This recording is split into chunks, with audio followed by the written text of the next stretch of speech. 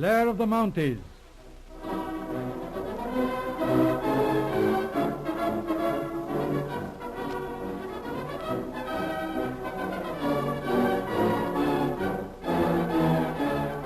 We present Episode 30 in the dramatic series Blair of the Mounties, being the second part of Lord Waverton's dilemma. In the course of his practice as a private detective in London, Blair is engaged by Lord Waverton, British Minister of the Air, to investigate a mysterious burglary which occurred at Lord Waverton's residence near Coombe Seaton in Devonshire. In cooperation with the county police, Blair goes to work.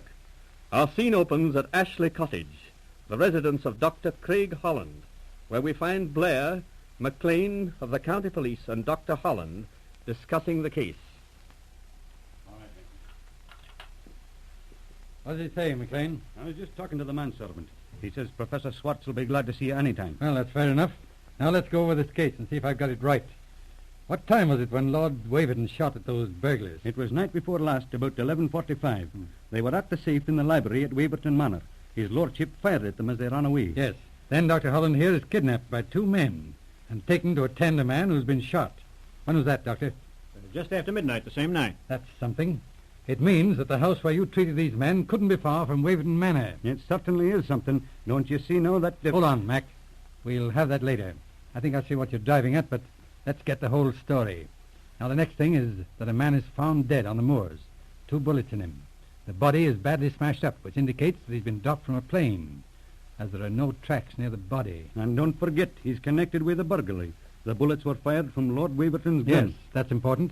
But the most important thing is to find this place that Dr. Holland was taken to. This airplane theory indicates some place where there's a landing field. That's what made you think of Greyston Hall, eh, Mac? Of course. This old Professor Swartz has a couple of airplanes and a landing field on his property. And what you were going to say just now is that Greyston Hall isn't far from Lord Waverton's place, isn't that it? Certainly. The two properties join each other. All right. It looks good. We'll take Dr. Holland along to see Professor Swartz. You say you can tell if it's the place you went to the other night? I'm certain of that. Then let's go.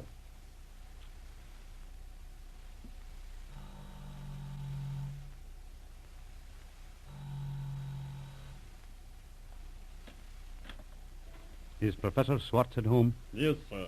He is expecting you, sir. Will you come this way? Just a moment, McLean. We'd better step along. Look at that landing field. Dr. Holland and I will go in. Yes, sir. This way, gentlemen. Come in, gentlemen. Professor Swartz, my name is Blair, and this is Dr. Craig Holland. Surely not the Dr. Holland who wrote that interesting book on nervous lesions. Yes, that is my work, Professor. Excellent. I'm delighted to meet you, Doctor. And to what, gentlemen, do I owe the pleasure of this visit? Professor Swartz, I'm acting with the county police in connection with the death of a man found on Dartmoor yesterday. You've heard of it, no doubt. Very distressing, my dear sir. No, I had not heard. You see, I never read the papers. I see. This man had 2 bullets in him. Also, the body was so badly smashed up that we conclude he'd been dropped from an airplane. A very intelligent deduction, my dear Inspector. But I fail to see how it concerns me. Oh, that's quite simple, Professor. You own a private landing field. You maintain 2 airplanes and have several men in your employ. So, I begin to see. But you will forgive me if I say that the idea of any of my good people shooting a man and dropping him from an airplane, it's absurd. No doubt. Let me say, Professor, that we're not looking for a murderer, merely for the people associated with this mysterious occurrence. Ah, I see. And just as a matter of form, I'd like your permission to search this house and grounds. By all means, I'll ring for my men. Yes. And perhaps, Dr. Holland, while our friend Inspector Blair is looking for all these terrible secrets, you will remain for a chat with me. Well, no, if you don't mind. I'll accompany the inspector. Are you too interested in criminal investigation, my dear doctor? Not exactly. That is, Your friend, sir. Yes, Fisher. Show these gentlemen whatever they wish to see. I'd like to look at the rooms on the ground floor. This way, sir. What's this room on the left in the passage? Just a minute, sir. It is just a storeroom, sir, where we store odd furniture and crockery. Nothing in here, Doctor. That's funny. And yet I could have sworn that this was the room. What? Never mind. Let's see the other rooms. The other room, sir, is the library. The door is open. You can look if you like. Yes. Full of books, I see. I don't think there's any use of looking further, Inspector. I've seen all I want. That's so? All right. Let's go back to the professor. He is in the hall, sir. Well, gentlemen, did you find any clues?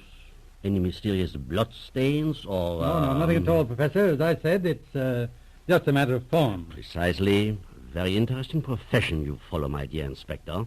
The searching of people's houses and peeping through keyholes. It must be very uplifting. All everybody to their trade, Professor. So, perhaps I can persuade you gentlemen to remain for lunch. Sorry, Professor. It's very kind of you, but not today. Well, then some other time, perhaps. Well, Doctor, and you also, Inspector, I trust we shall meet again. I think that's very likely. Goodbye, Professor Swartz. Goodbye, gentlemen. Bye.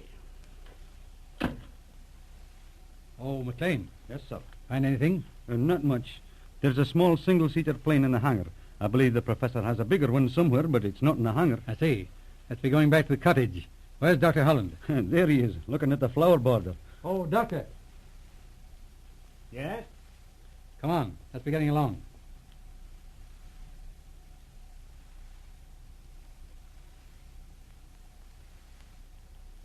Oh, yeah. And, well, Doctor, what did you think of Professor Swartz? I don't know what to think. He's a pretty smooth old bird. Did you find anything in the house, Inspector? No, but Dr. Holland did. Isn't that right, Doctor? I'll say so. That's the house I went to night before last. I thought as much. Better let's have the story. Well, in the first place, there was that room we looked at. They've changed the furniture and put a lot of old junk in there. But it's the room where I treated that patient. Oh, that's little use, unless we could prove it, Doctor. Hold on. I don't know about that, but, Doctor, you said there's one thing that made it dead certain to you. What's that? Well, you remember I looked at the flower border when we left the house? Yes. What of it? Well, the night I operated on that man, it struck me I might need something to identify the place. The window of the room was slightly open at the bottom, so when I got the bullet out, I dropped it through the window into the flower border. Here it is. Good. You better take that, McLean. If it's from the same gun as those two you got from the man on the moors, the whole thing ties up. A fat lot of good that'll do us. There'll be an open verdict at the inquest, and we'll have the papers on our track for another unsolved crime. Too bad, McLean. I must say this is all Greek to me. Well, perhaps Inspector Blair will explain it. I'll be getting back to headquarters if there's nothing else you want. Nothing just now, McLean. Tell the truth, I'd just as soon you were out of the way for a bit. How's that? Tell the truth, I'm expecting a visit from our friend of this morning, Professor Swartz. I don't think he'll come while you're here. Well, whatever you say, sir. You let me know if there's anything you want. Sure, I'll be phoning this evening. Goodbye, Mac. Goodbye to yourself. Look here, Blair. I don't want to be inquisitive about this business. The whole thing is a mystery to me, but all I want to do is to just be of assistance. Fine, Doctor. As a matter of fact, I want to talk to somebody, and I'm going to take you into my confidence. I suppose the whole thing does look funny to you. Why, yes. What is this burglary, and why should the police be shielding the murderer of that man on the moor? There isn't any murderer. Didn't Lord Waverton tell you the story? Not a thing. I went to the police to report that strange business of the patient. Lord Waverton took me to London with him and turned me over to you. That's all I know. Yes, you see, there were two men in this attempted burglary. Lord Waverton shot at them both. Evidently one of them died. The other one, I believe, is the man you treated at Greyston Hall. But why should Lord Waverton want to keep it secret? Because these men were after government papers, air defense plans. It wasn't an ordinary crime. Oh, I see. But then this professor, who is he? I have an idea he's a very important man in the world of espionage. What you call a big shot in your country. Well, but why can't they grab him and be through with it? Surely that's the thing to do if he's a German spy. Yes, he's a German apparently, but not necessarily working for Germany. Well, what do you mean? You see, Holland, this business of obtaining secret information on armaments and so on is no longer done in the old way. Swartz is evidently in the spy business for an international firm. He's probably known to the British authorities and has supplied information to them. You mean he's immune from arrest? To some extent, yes. I was put on the job by Lord Waverton. I'm reporting to him direct. It looked funny to me, hiring a private detective when they have plenty of police and military intelligence people available. But I'm beginning to see the answer. That's a funny one. And Lord Waverton is head of the air service in England. Yes, there's a nigger in the woodpile somewhere. That's why I'm hoping Swartz will make a move. I think he has the answer. Hello, what's this? Looks like a car. Gosh, your guess was right. There's the professor coming to pay a call. I thought so. See those two men with him. Pretty tough-looking birds. Oh, it's all right. There'll be no trouble, Doctor. That's just protection. Good Lord, and this is England. Professor Swartz to see Dr. Blair. Well, gentlemen, we meet again. Good afternoon, Professor. I beg your pardon, Dr. Holland. Please don't believe me intruding in returning already your call of this morning. May I speak for a few minutes to Inspector Blair alone? What do you say, Blair? Now, if you don't mind, Holland. Right. Go ahead, then. I'll be outside if you need me. Sit down, Professor. Thank you. Inspector, suppose we come to business. Fine. Let me put my cards on the table. You and I are acquainted with the etiquette of the Secret Service, aren't we? Etiquette, did you say? Well, then let us say the customs. All right. That was a pretty crude job you pulled at Lord Waverton's the other night. Do not misjudge me, my friend. It was done in my absence and against my wishes. Some of the people with whom I work are not experienced. Glad to hear it. I gave you credit for more ability. Thank you. And yet who would expect such a thing? This Lord Waverton, a cabinet minister who shoots at burglars. And hits them. Oh, yes, and a man who engages his own secret agent. What?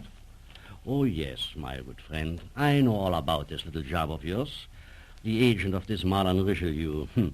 It is, I confess, a little awkward. This Lord Waverton is dangerous. Like that, eh? So you've been up to some more little tricks somewhere. That it, Professor? Perhaps, but come, why waste time? I have a proposal to make. Sounds like old times, Professor. Well, what do you want and what have you got? My friend, I want a true copy of the air defense plans drawn 2 days ago. I also want immunity from arrest till I leave England. You wouldn't like the crown jewels thrown in, would you? That is no joke, Inspector. Well, what have you got? I have the means to ruin in one instant the public career of Lord Waverton and his private happiness also.